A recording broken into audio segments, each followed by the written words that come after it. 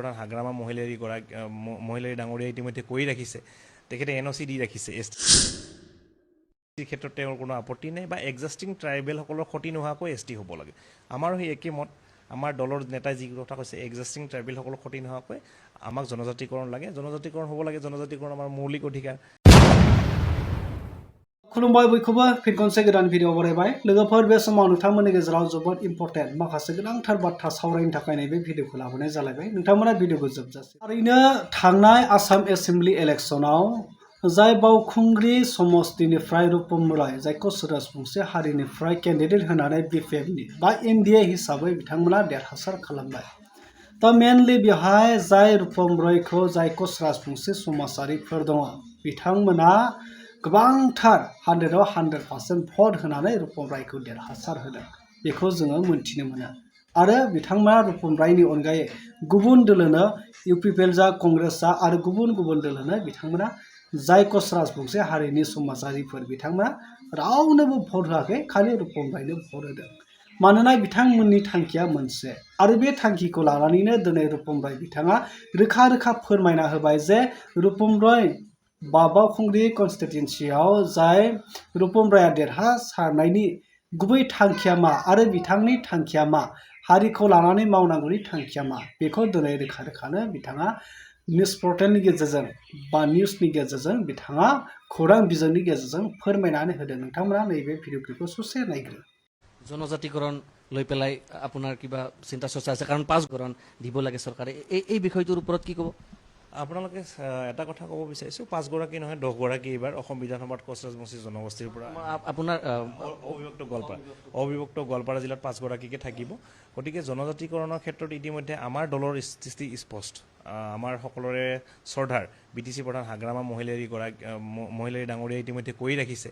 তেখেতে NOC দি ৰাখিছে ST ক্ষেত্ৰত তেওঁৰ কোনো আপত্তি নাই বা এক্সিষ্টিং ট্ৰাইবেলসকলৰ ক্ষতি নোহোৱাকৈ ST হ'ব লাগে আমাৰো সেই একে মত আমাৰ দলৰ নেতাই যি কথা কৈছে এক্সিষ্টিং ট্ৰাইবেলসকলৰ ক্ষতি নোহোৱাকৈ আমাক জনজাতিকৰণ লাগে জনজাতিকৰণ হ'ব লাগে জনজাতিকৰণ আমাৰ মৌলিক অধিকাৰ আৰু যাতে কিন্তু এইখিনি কৰিব যাতে আন জাতি জনগোষ্ঠীৰ ক্ষতি হ'ব নালাগে সকলোৱে মিলিজুলি যাতে আমি থাকিব পাৰোঁ অসমখনত আমাৰ অধিকাৰখিনিও যদি আমি পাওঁ এই ক্ষেত্ৰত মোৰ স্থিতি স্পষ্ট বিধানসভাত আপুনি উত্থাপন কৰিব নিশ্চয় এই কথাটো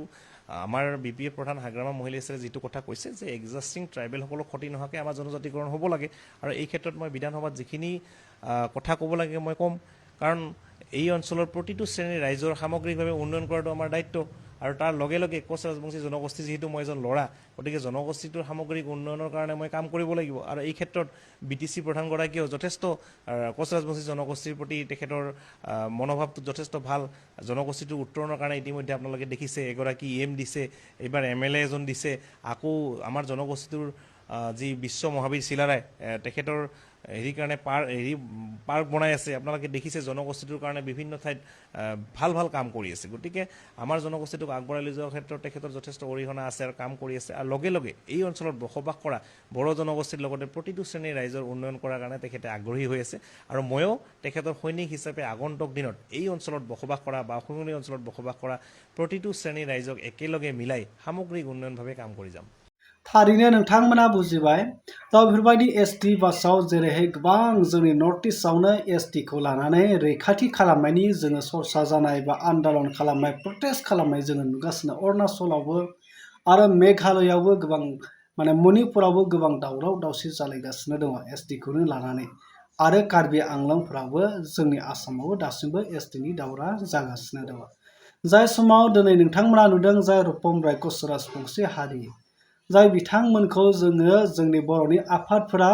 बर'नि माखासे गौथुमारिफोरा बिथांमोननो ST होनो हाया होननानै बादा खालामबाय थादोंमोन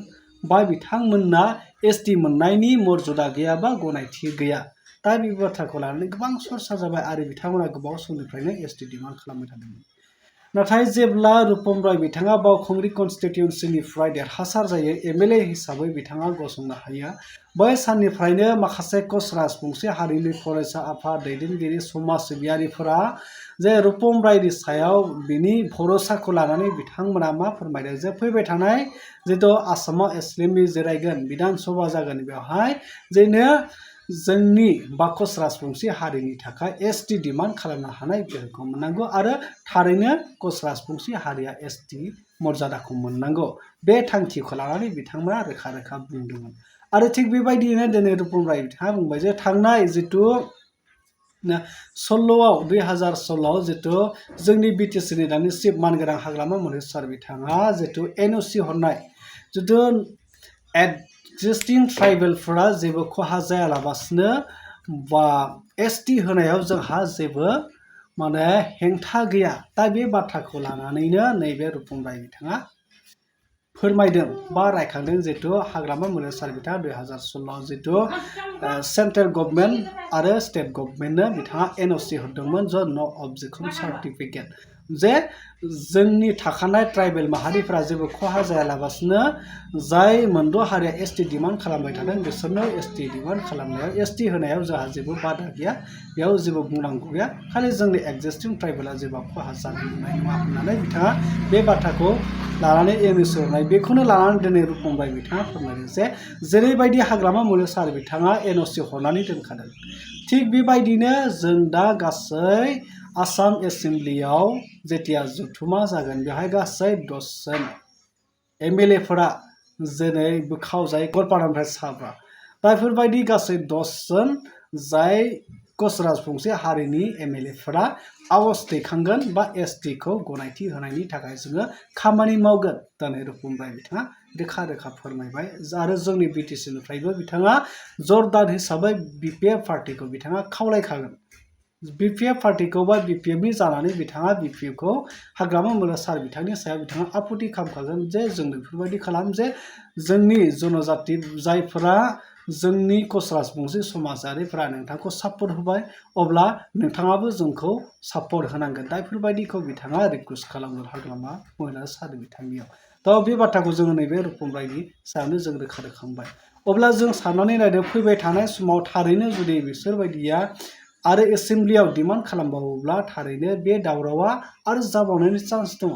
जोंनि बर' हारिनि गेजेराव आरो गोबांथार गौथुमारिफोरनि गेजेराव जेरै थांनाय समाव जि मोनद' हारिया एसटि जानो नागिरो एसेम्ब्लियाव बेखौ दाखिल खालामनाय नागिरनायनि लोगो लोगोनो बेखौ ड्राफ्ट खालामनाय लोगो लोगोनो मा जादों माखासे बर' फरायसाफोरा बिटिसि सेक्रेटारिखौ बुफायदों गोबां दावराव दावसि सोमजिदों आरो फिन बेफोरबायदि दावराव दावसिया जोंनि बिटिसि ओनसोलाव जाफिननो हागौ नामा बा जोंनि बर' ट्राइबेलफोरनि गेजेराव बेफोरबायदि माखासे थासारिया गाज्रि थासारिया सोमजिबावगोन नामा नैबे माने नुहुरो आरो बेफोरबायदिखौ साननो गोनां जायो थ' अब्ला नोंथांमोना बुजिबाय बिनि सायाव मा फोरमायनो सानो नोंथांमोना कमेन्ट सेक्सनाव थांनानै कमेन्ट खालामबाय